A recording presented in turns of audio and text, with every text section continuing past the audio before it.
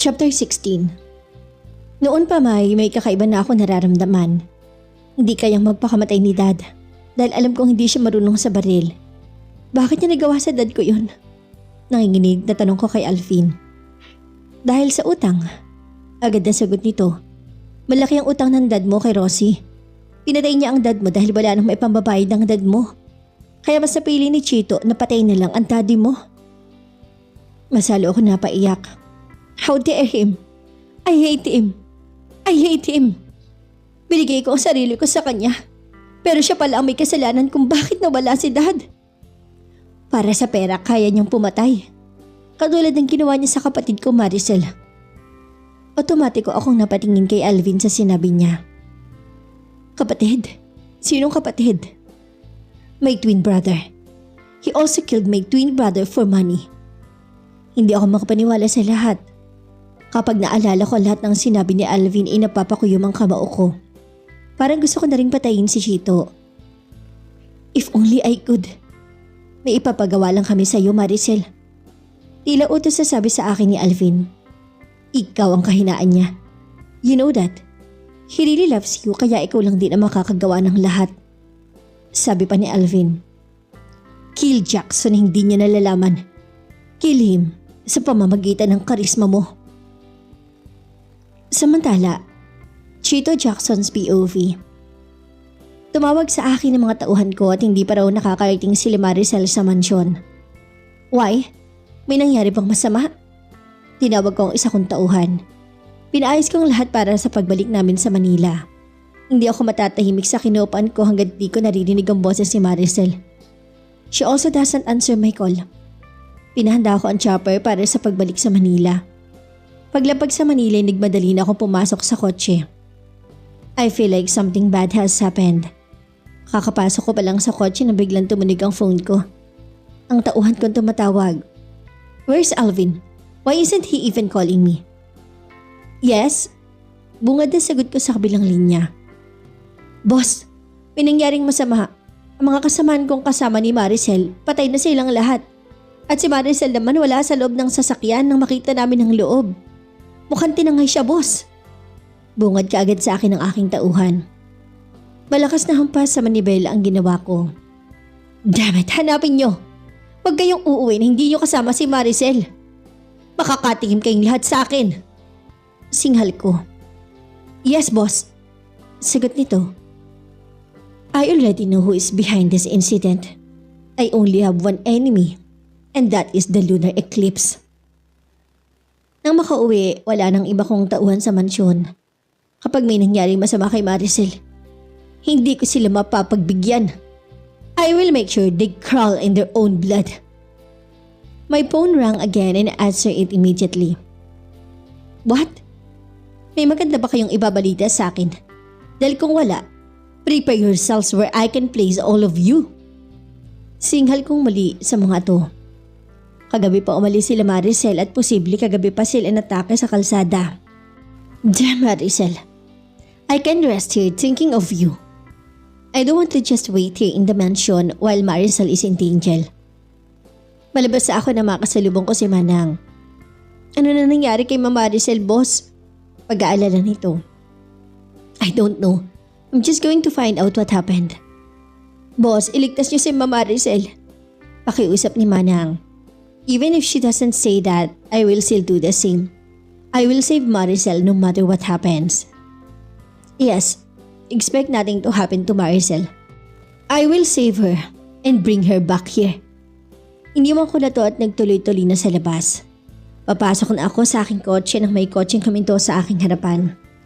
Hinintay ko kung sino ang lalabas doon at baka mga inutil kong mga tauhan. Umuwi sila na hindi kasama si Maricel. I will bury them all alive. That's how my lips parted when I saw Maricel get out of the car with Alvin. Why are they two together? Walang ekspresyon ng mukha nito na magkasalubong ang tingin naming dalawa. I missed her. Agad ko tong nilapitan at mahigpit na niyakap. Where have you been? Thanks God and you're safe. Did Alvin save you? Pag-aalala ko at tumangulang ito. Napatingin ako kay Alvin na nakangiti sa akin. Alam mo naman ako, taubsin lang lahat sa akin. Pagmamayabang ni Alvin. Isang mahinang suntok ang binigay ko sa braso ni Alvin. Talagang maaasahan si Alvin. Gusto ko na magpahinga. Walang gana na paalam ni Maricel. Yes, of course. At humiwalay ako sa kanya. I will take you to your room. Present ako pero agad siyang tumutol. Walang salitang iniwan niya kami ni Alvin. Hayaan mo na muna siya. Pagod lang si Maricel. Mamaya-maya ay nasa mood na rin yun. Alvin patted my shoulder. Samantala, Maricel's POV. Napabuntong hininga ako nang makapasok sa aking kwarto. Paano ko mapapanatili ang sariling kalmado ngayong gusto ko nang sumatat patayin ang lalaking pumatay sa dad ko. Gusto ko na siya makitang gumagapang sa sakit katulad ng ginawa niya sa daddy ko. Tinitigan ko ang sarili sa malaking salamin. Paano ko nagawang makipagharap sa lalaking pumatay sa daddy ko? Paano ko nagagawang pakalmahin ang sarili sa harapan ng lalaking kinamumuhian ko ngayon? Hindi ko nakikita ang sarili ko. Pakiramdam ko'y naging manhid ako sa oras ng malaman ko ang lahat. Wala nang lumalabas na luha sa aking mga mata na manhid na at naubos na. Pero may kailangan pa akong gawin para mahulog ng tuluyan sa mga bidag ko si Chito Jackson. Kailangan mo mapaibig ng gusto si Rosie at doon mo siya sasaktan. Kapag ina-inlove siya ng tuluyan sa'yo, mas masakit ang mararamdaman niya. Doble ang sakit kapag nalaman niyang pinaglalaroan mo lang siya. Sabi ng lalaking hindi ko kilala at pareho silang kaharap ni Alvin. Pwede mo siyang barilin ng patalikod o unti-unti mo siyang sasaktan para makaganti ka sa ginawa niya sa daddy mo. Yun ang naisa-isip ko nang may mahinang katok na nagmula sa pinto ng silid ko. Iha, kakain na, bumaba ka na at nakhanda ng almusal mo. Sumabay ka na raw kay boss. Sigaw ni Manang sa labas ng pintuan. Inayos ko ang aking sarili at hindi ko nga alam kung kaya kong harapin ang lalaking kinamumuhian ko. Kung kaya ko man siyang harapin ngayon ay dahil tinitiis kong maging tagumpay ang lahat ng plano. Gusto kong makitang sa huli siya naman ang gagapang. Kahit pa, hirap sa kalooban ko. Nagkunwari akong masaya sa harapan nila. Pero ang totoo, gustong-gusto ko nang tuksukin ng tinidor ang nahawak ko ang lalaking kaharap ko ngayon. Maricel, kanina ka patahimik. Is there a problem? Tanong nitong monster na to. Karap ko siya sa table at tanging kami lang dalawa. Pilit ng ngiti ang ginanti ko sa kanya. Wala. Ikaw may problema ka ba? Sarcastic na tanong ko rin sa kanya. No more. You are here beside me. Ano bang po problemahin ko? Tanong niya. Maybe you still have a problem. Again, I said sarcastically. You are very sarcastic now. Sabi pa niya at butit na halata mo. Kung pwede nga lang tusukin na kita ngayon ng tinidor na hawak ko. Pagkatapos ng breakfast, nagpaalam umakyat muna sa silid ko. May kausap naman sa phone si Chito nang iwanan ko sa sala. Pag-akyat ko, gano'n na lang ang pagkagulat ko nang humila sa braso ko. At napunta kami sa sulok and it's Alvin. Anong ginagawa mo?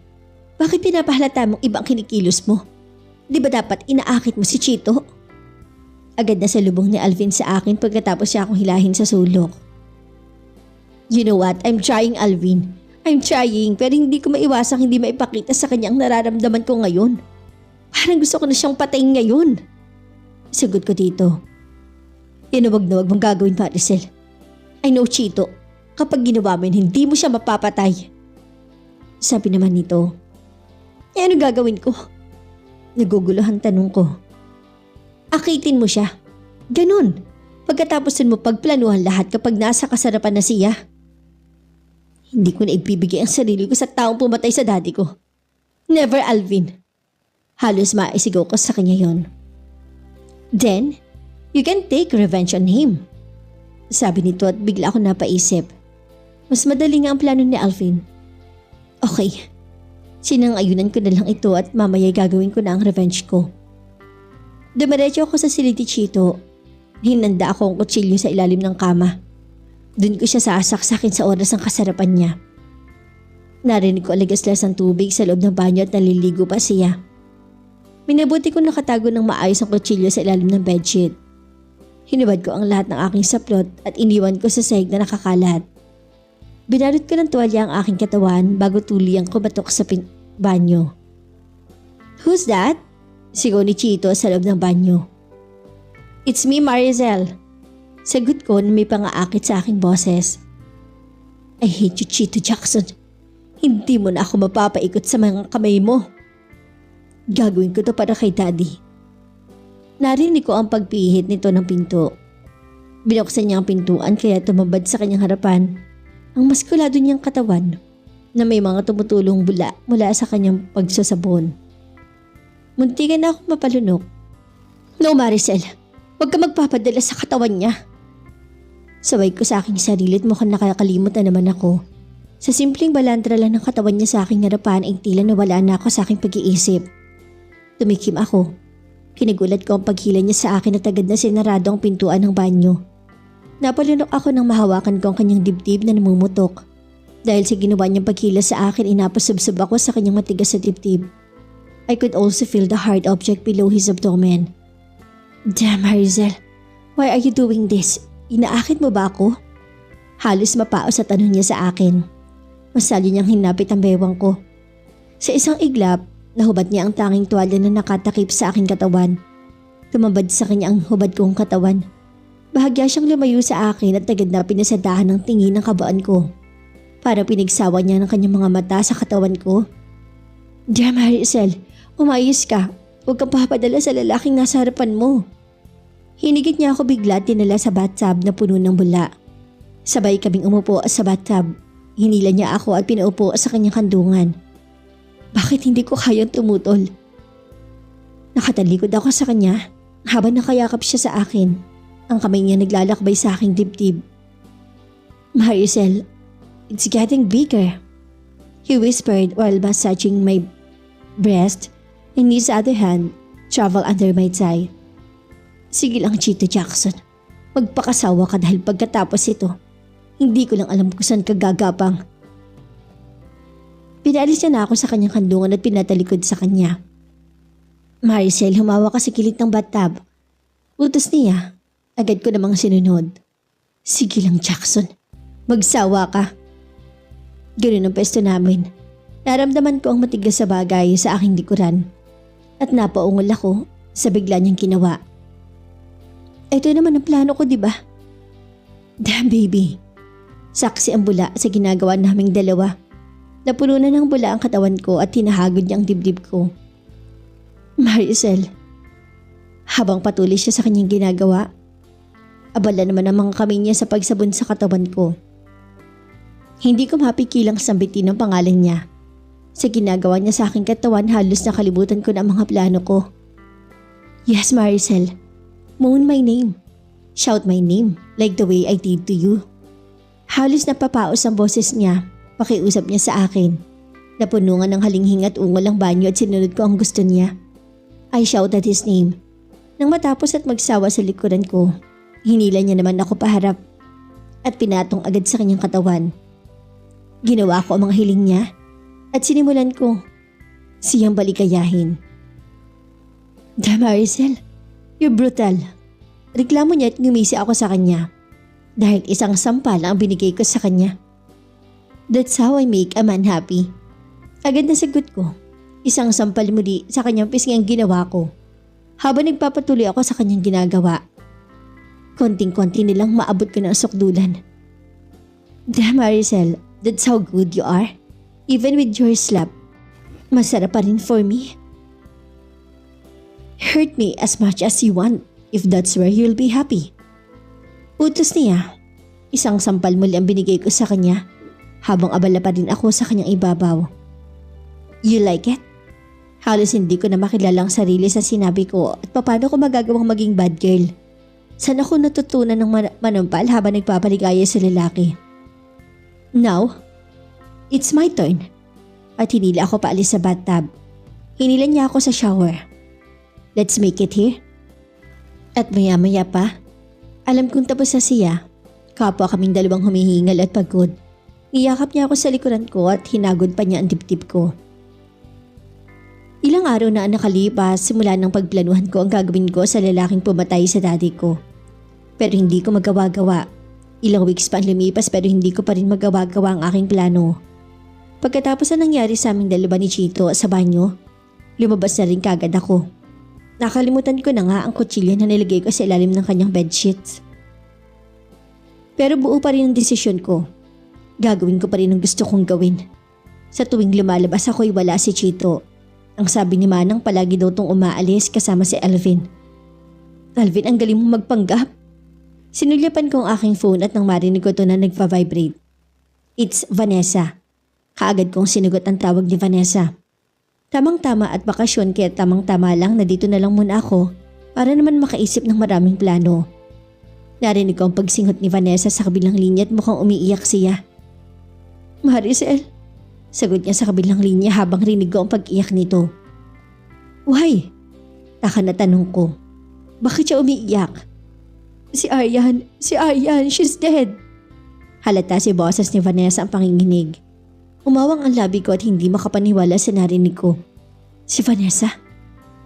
Aryan, wala na. Paano nangyari yon?